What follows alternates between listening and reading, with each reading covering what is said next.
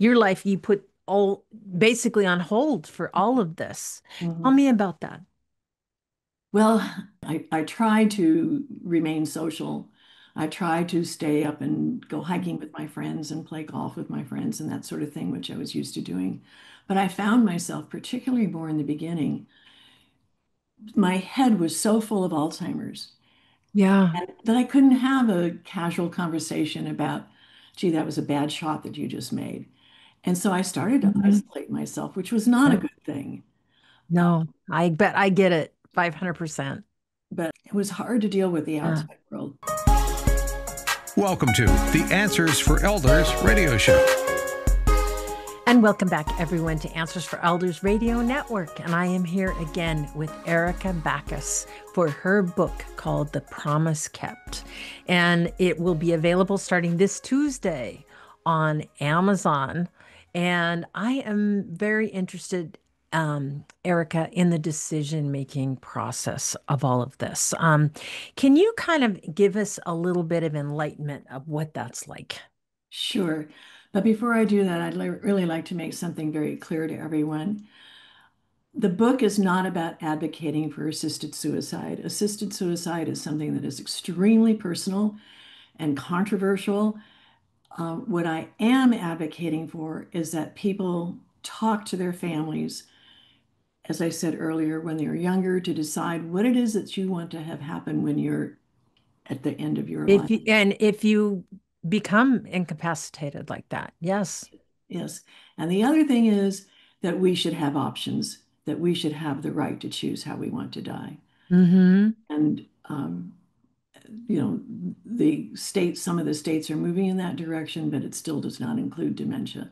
So I'm Mm-hmm. an advocate for that. Yeah, yeah. And I can imagine that you probably had some judgment from people. Oh, I did. One of the decisions that we had to make is who are we going to tell? What are we going to tell them? And when are we going to tell them? And we kept it very close to our chest. First of all, we kept the fact that he had Alzheimer's until we had to tell people, until it was. Mm-hmm. And then, secondly, when we decided that we were going to go to Switzerland and participate in assisted suicide, we chose to tell our adult children only, and my sister and brother-in-law, who are in the medical profession. And so we kept that a very, very close circle because I did not want to deal with No, whatever was going to come our way. I had right. enough on my plate. And I knew that there would be criticism and negativity and so on. So we didn't tell people till um, later on. We enlarged the circle and told more of our extended family. And so we did it sort of in concentric circles. And then at the very end, I wrote a letter to my friends, our friends that we have in the world, and explaining what we were doing and why we were doing it. And a good friend of mine sent it out via email on the day we flew to Switzerland. And that's how most people found out. And people were not happy with me for that, too. I can imagine. And obviously, and yet, when you really think about it, you know, every time you have interaction with someone you love, we always think about this could be the last time. You never think about that. So how you end things with people, what you say, who you deal with, it's a reminder to even those of us that may not be dealing with someone that has a terminal illness. It's like today could be the last day I see you. Yeah. We did do a little farewell tour a few weeks before Um, to our very closest friends and told them personally. But for the most part, um, I waited till the very end. yeah, your life you put all basically on hold for all of this. Tell Mhm. me about that. Well, I try to remain social. I try to stay up and go hiking with my friends and play golf with my friends and that sort of thing, which I was used to doing. But I found myself, particularly more in the beginning, my head was so full of Alzheimer's Yeah. and that I couldn't have a casual conversation about, gee, that was a bad shot that you just made. And so I started to Mhm. isolate myself, which was not a Yeah. good thing. No, I bet I get it 500%. But I just It was hard to deal with the Yeah. outside world. Yeah. When your life is heavy like that, it's very difficult. I remember, in my mom had dementia and I was her caregiver.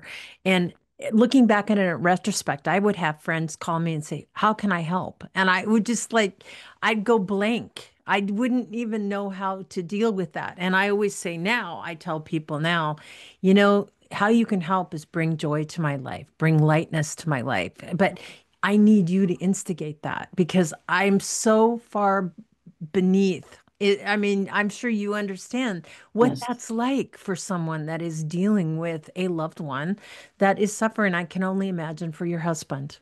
Yeah, exactly. Yeah. And losing him just a little bit at a time.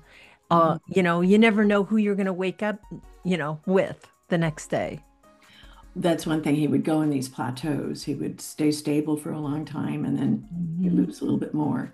And then he's stable at that place and you lose a little more. Yeah. A Promise Kept by Erica Baccus is available next Tuesday on Amazon. And again, we'll be right back right after this. Did you know that you can discover hundreds of podcasts in our library on senior care?